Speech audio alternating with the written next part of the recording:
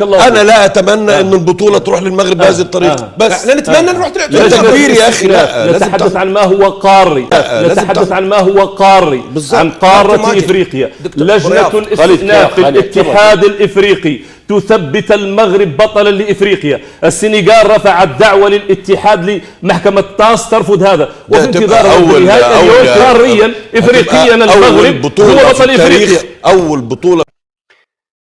أصدقائي صديقاتي، أهلا وسهلا ومرحبا بكم. في هذا الفيديو خوتي خواتاتي بغيت نتكلم على واحد النقطة اللي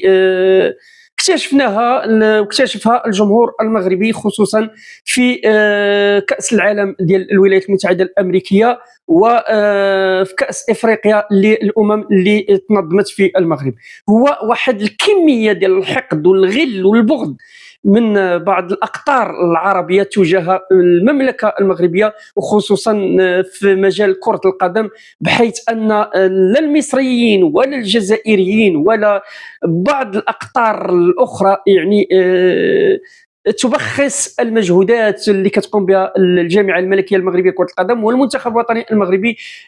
فيعني غنشوفوا من خلال واحد البرنامج عراقي، فغتشوفوا خوتي خواتاتي كميه الحقد ديال بعض المحللين اللي كيتحاملوا على المنتخب الوطني المغربي، ومن سواء من اقطار عربيه كالجزائر ومصر بالخصوص، وبدرجه اقل بعض دول الخليج. ما نطولش عليكم خوتي خواتاتي، بغيتكم تشوفوا بعض المقتطفات او بعض الحالات اللي في الحقيقه حاولوا انهم ينالوا من قوه المنتخب الوطني المغربي والاحقيه ديالو بفوز ديالو بكاس افريقيا والمضي قدما في كاس العالم. لكن يعني هاد المحللين بينوا بالملموس وبالواضح على انهم معقدهم المغرب كل ما هو مغربي، فالمنتخب الوطني المغربي يسير بخطى ثابته، وهذا ما يقلق بعض الاقطار العربيه اللي كتمني النفس انها توصل لما وصل اليه المغرب، ولكن بطريقه فيها البغض والحقد والحسد. في هذا الصدد كنشوفوا واحد المغربي حر اسد مغربي اللي هو ماجد السجعي، تبارك الله عليه، فهو تصدى لهاد كاملين يعني بالدفاع على أحقية المغرب بكأس إفريقيا وبقوة المغرب. غنخليكم ما نحرقوش المراحل، نخليكم تشوفوا وتكتشفوا بأنفسكم، وتخلوا لي الآراء ديالكم في التعليق كيفاش كتشوفوا وشنو هي المبررات ديال هذا الحقد كله وديال هذا الغل وديال هذا البغض اللي كيجي من أشقاء عرب، في الوقت اللي كنشوفوا الأوروبيين كيتنيوا على المنتخب الوطني المغربي وكي يعني كيأكدوا القوة ديالو وكيقولوا على أن عجلة التطور ديال المنتخب الوطني المغربي فبناها المغرب بالتكوين وبتضافر الجهود. خوتي خواتاتي، الى بقيتوا معنا حتى لهنا ما تبخلوش علينا بالاشتراك ديالكم في القناه، وكذلك الضغط على زر الاعجاب باش الفيديو ديالنا يوصل اكبر عدد من المتتبعين، وكذلك الاراء ديالكم تهمنا وكتزيدنا تشجعنا باش اننا نجيب لكم الجديد دائما. اما مثلا يعني تجي كل التوقعات تشير الى ان السنغال من افضل المنتخبات وهو بطل افريقيا. مو لا. المغرب اخذوها. لا مو بطل. هسه انا ما اريد هذا، بس هاي بعد بس للتصحيح هو مو بطل افريقيا. التاس اوقف قرار الكاف، يعني لحد الان السنغال هو بطل افريقيا.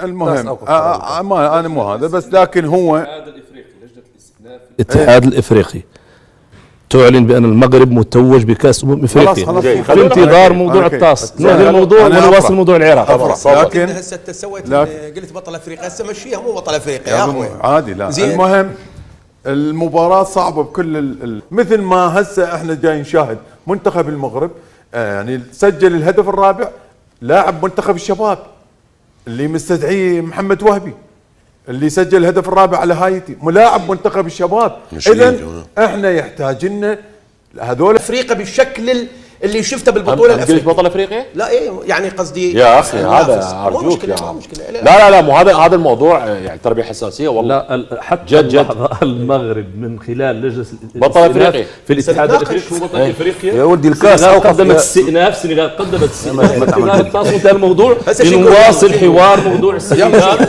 وما تقدمه في كاس العالم. تفضل. هسه ما شوف هو ضرك نقول لك وش هو حب. ابو علي هو حب يفتح جدال من هو بطل خلينا بالمباراه. شكرا ابو علي. شكرا ابو علي. شكرا ابو علي. لا تقلب الموضوع مزح. لا بس خلينا رايك. لا ابو علي خلينا في راي احنا امام 3 ساعات من المباراه.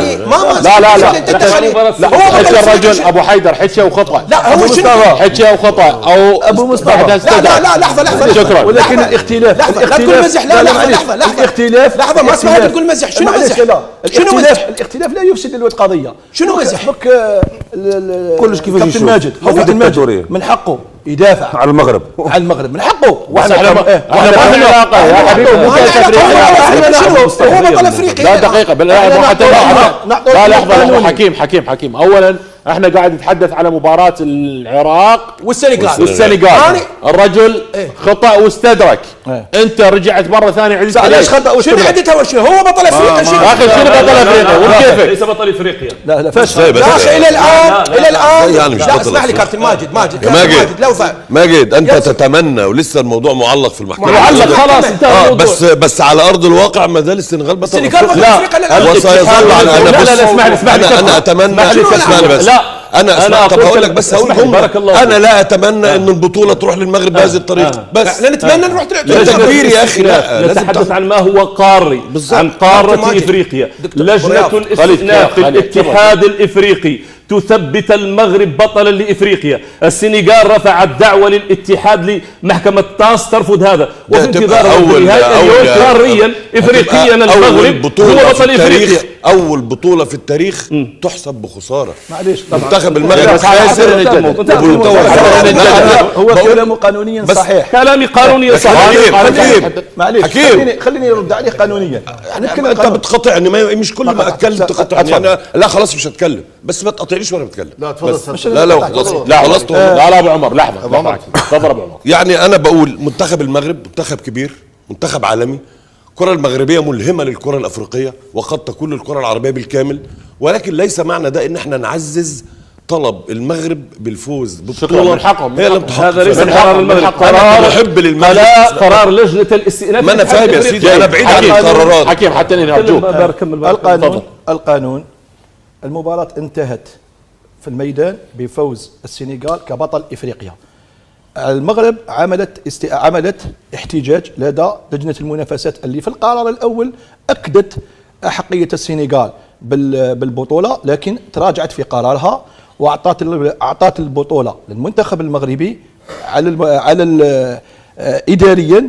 بعدها لا شكرا. لا استنى ما تقول لي شكرا ماشي ولا مظالين ما فيش امين. بعدها السنغال وصل القرار الى لجنه الفيفا، لجنه التحكيم الدولي. كده بتوصف لنا، بتوصف الحكيم.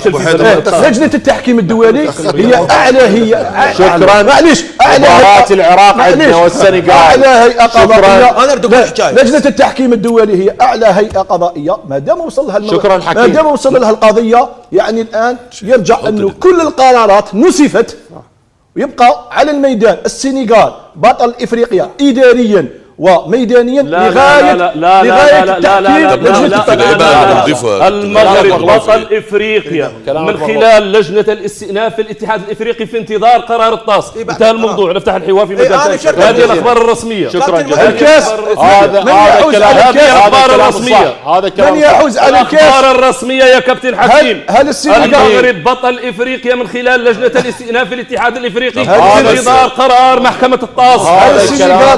هل السنغال السنغال معليش يا هل حبيبي السنغال سلم الكاس؟ هل السنغال سلم الميداليات؟ هل المغرب تحصل على مكافأة بطل افريقيا؟ المغرب بطل افريقيا من خلال لجنه الاستئناف الاتحاد الافريقي حتى اشعار اخر في انتظار قرار الطاس. انا بس عندي نقطه على منتخبنا. انا شرد اقول ان المنتخب السنغالي اللي شفته ببطوله افريقيا كان افضل من هذا المنتخب اللي شفته في كاس العالم. وصلنا الحديث لك عن السنغال. نعم. اداء في كاس العالم. نعم في السنغال. فانا اقول بالامكان على قالوا الاتحاد الافريقي من خلال لجنه خلينا الاستئناف. نكمل.